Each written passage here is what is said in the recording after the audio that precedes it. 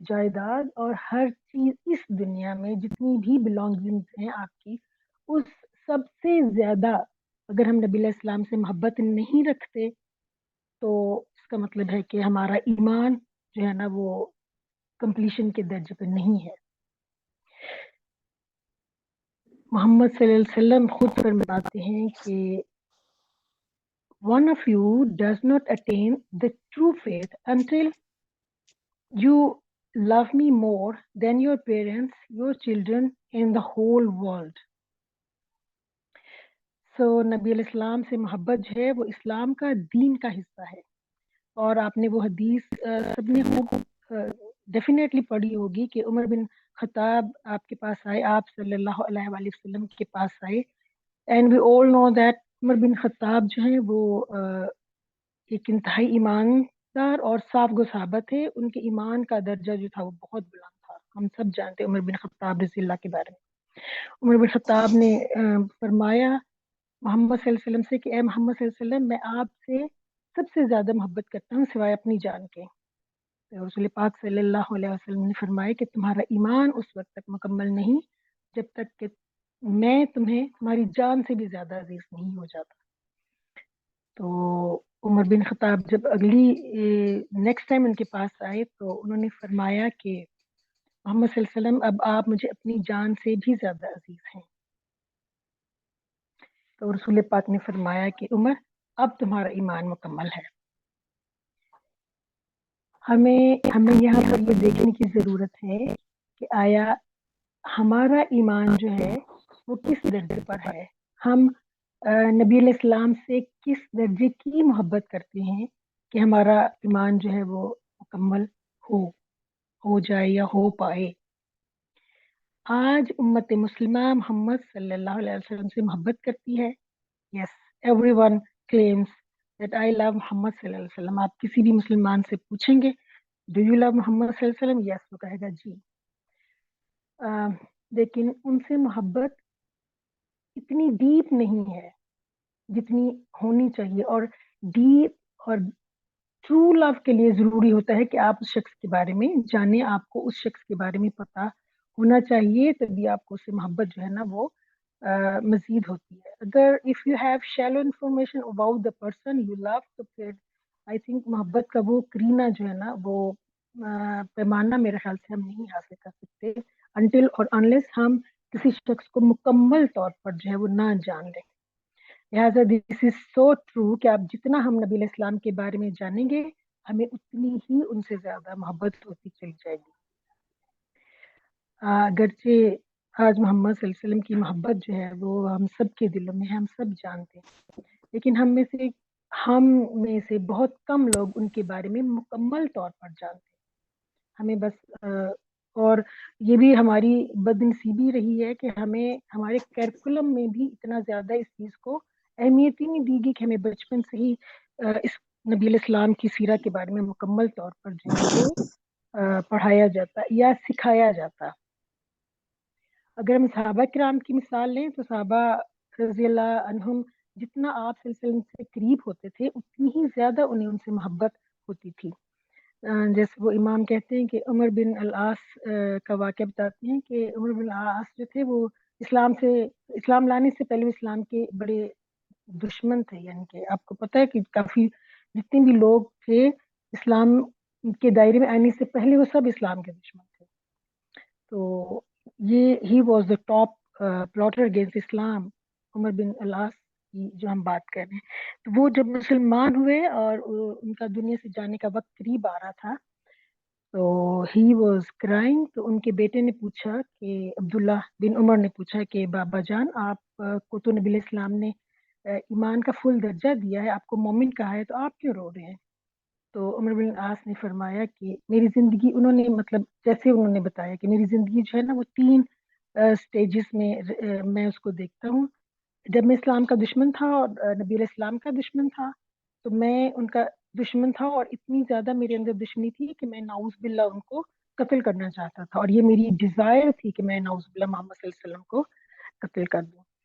اگر میں اس وقت مر جاتا تو یقیناً I would go to hellfire. انہوں نے کہا کہ میں جہنم میں ڈال دیا جاتا. پھر انہوں نے کہا کہ اللہ تعالیٰ نے میرے دل میں اسلام کی محبت ڈالی اور میں محمد صلی اللہ علیہ وآلہ وسلم کے پاس گیا مسلمان ہونے کے لیے. تو میں نے کہا نبی علیہ السلام سے, یہ عمر بن الاس کہتے ہیں کہ میں نے کہا کہ یا رسول اللہ صلی اللہ علیہ وسلم اپنا ہاتھ دیجیے میں اسلام قبول کروں.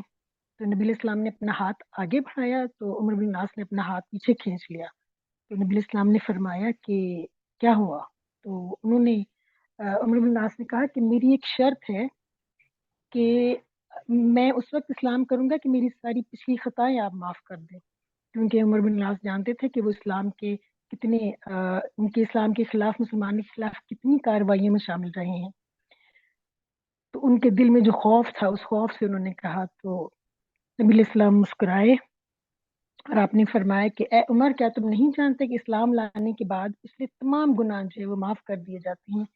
ہجرت آپ کے پچھلے گناہوں کو مٹا دیتی ہے اور حج raises everything, اور حج جو ہے وہ آپ کا پچھلا تمام مٹا دیتی ہے, گناہ غلطیاں سب کچھ. تو عمر بن العاص کہتے ہیں کہ میں اسلام لے آیا اس بات پر. انہوں نے کہا کہ اس وقت محمد صلی اللہ علیہ وسلم میرے لیے, جو کہ دنیا میں سب سے زیادہ جن کا میں دشمن تھا, اس وقت وہ میرے لیے سب سے زیادہ محبوب ہو گئے اسلام لانے کے بعد. اور وہ کہتے ہیں کہ مجھے ان سے اتنی محبت اور عقیدت ہو گئی تھی کہ میں کبھی ان کے چہرے کو پوری طرح دیکھ بھی نہیں پاتا تھا. مطلب میں جب ان کی طرف دیکھتا تھا تو میری نگاہیں ادب اور احترام سے جھک جاتی تھی.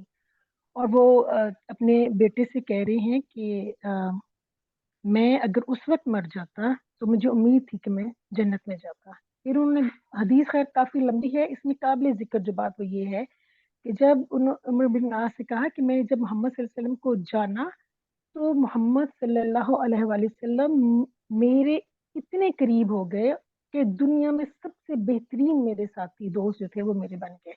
یعنی ان کو جاننے کے بعد ان سے اتنی محبت آپ کو ہو جاتی ہے. تو اس لیے ہمیں محمد صلی اللہ علیہ وآلہ وسلم کی سیرت کو جاننا ہے, سو دیٹ کہ ان کی زندگی کو جان کر ہم نبی علیہ السلام کے قریب ہوں.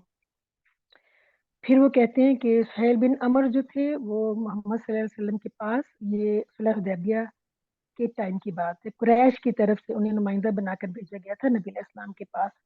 سہیل بن عمر جو تھے وہ انٹرنیشنل نیگوشیٹر تھے اور ان کے جو بین الاقوامی لوگوں کے ساتھ تعلقات تھے وہ کافی اچھے تھے, اس لیے ان کو جو تھا نبی علیہ السلام کے پاس بھیجا گیا قریش کی طرف سے.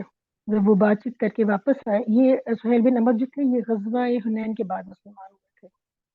جب وہ واپس گئے مکہ تو انہوں نے قریش سے کہا میں نے دنیا میں بہت سارے میں بادشاہوں سے ملا ہوں, میں نے کئی امپائر جو ہے نا وہ وزٹ کیا ہے, لیکن جو عزت اور محبت میں نے محمد صلی اللہ علیہ وآلہ وسلم کے ساتھیوں کو ان کے ساتھ کرتے دیکھا ہے, کسی بادشاہ کی بھی میں نے وہ عزت اور محبت نہیں دیکھی.